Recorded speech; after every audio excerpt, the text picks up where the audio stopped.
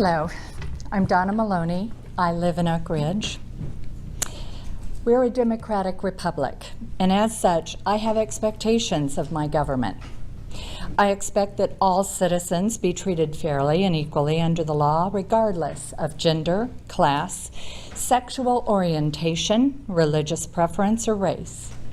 It is a fact that the First Amendment of our Constitution guarantees everyone free access to the free exchange of ideas and information, and banning books is a violation of the law. When a government restricts or prohibits access to books, that is the first step in the demise of a democracy. I also have an expectation that people in elected office will uphold those laws of the land, regardless of their opinions of LGBTQ people or their personal religious bias. The nominee who is being put forward by the nominating committee this evening, Mr. Vowell, has made it clear in a 2023 library board meeting at the Clinton Library that he will not rest until the materials he personally finds offensive are removed. That is per video. Mr. Allen was also on that video and expressed the same promise. This, even though our legal director at the time, Mr. Yeager, assured this commission that nothing offered in the Anderson County Library system violated any state or federal laws. Regardless, the librarians proceeded to work with the library board to make adjustments in their procedures to assure parents and the community that children would only be able to access appropriate material. It appeared at that time that they had come to a reasonable solution acceptable to all. And yet here we are. It is my hope that the commissioner who is elected to the library board will be willing and able to work for the benefit of all citizens and will be supportive of our professional library staff. I believe Ebony Capshaw is the ideal candidate for this task. Hi, my name is Lena Elizer. I'm an Oak Ridge citizen. I'm an avid reader myself. I have been a library patron everywhere I've lived. I've been reading since I was little. I'm also a parent of young children. I have 2 5-year-old twins. They are not reading by themselves just yet, but they're pretty close. They're real close. We've been reading to them since they were born. We visit the library several times a month. They love it.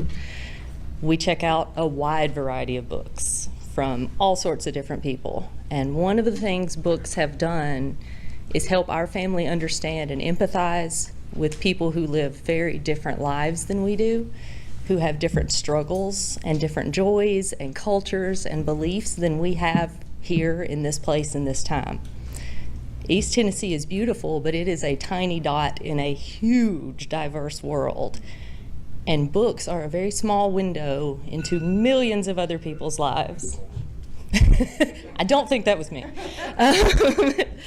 So, of the books that the other commissioner who has been put forward by the nominating committee, of the books that he and his associates have attempted to ban and have promised to continue to attempt to ban from the library, a lot of those books represent the lived experiences of LGBTQ plus people. And since I assume that my young impressionable children are who we're trying to protect here from everything I've heard, I just wanted to assure everyone first off that we know a lot of LGBTQ plus people. We know a lot of trans folks and a lot of gay folks, and they are some of the most beautiful, caring, loving people that I am honored to have in my life. And it is deeply upsetting that we want to take their experiences from the library, where everyone's experiences are supposed to live, to be represented.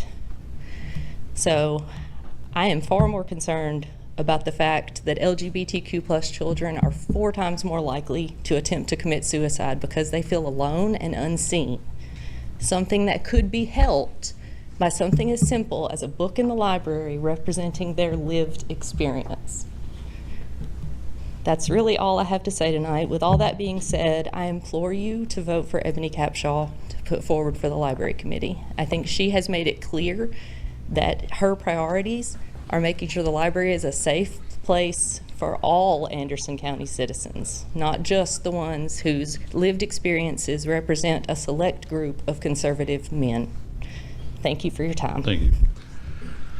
All right, on what side? Because I'm, okay. We're going to, please come up, because I'm about to wrap this up. This is the last. I'm Carolyn Boswell from Norris. I just rotated off the library board. I've been on it the last 3 years, and I've seen a lot of good work and a lot of disturbance. And I wanted to tell the gentleman who just spoke that all 4 of the librarians in the group that the Anderson County Library Board serves are more than happy to order books that are requested on whatever subject they are requested. In fact, the book whose picture was shared here and blow-ups were made of it, that had the questionable graphics that upset so many people, that book was bought by a lovely librarian as a special request from one of her patrons, and she treated it the same way she treated it. And it was not a banned book. It was not pornographic, but that's how the books are collected, by the people who in the community requesting them, what they're needed, and our librarians do a fabulous job of pulling things together that all the people in the community want. And I would love to see that tradition continued under an apolitical scenario. And I think we have a very good chance to do that if we made one of our choices rather than another, because there's a huge difference in people willing to fight for the right to read. Thank you. Well, Ms. Boswell, that didn't seem too mixed, but thank you. I understand. All right.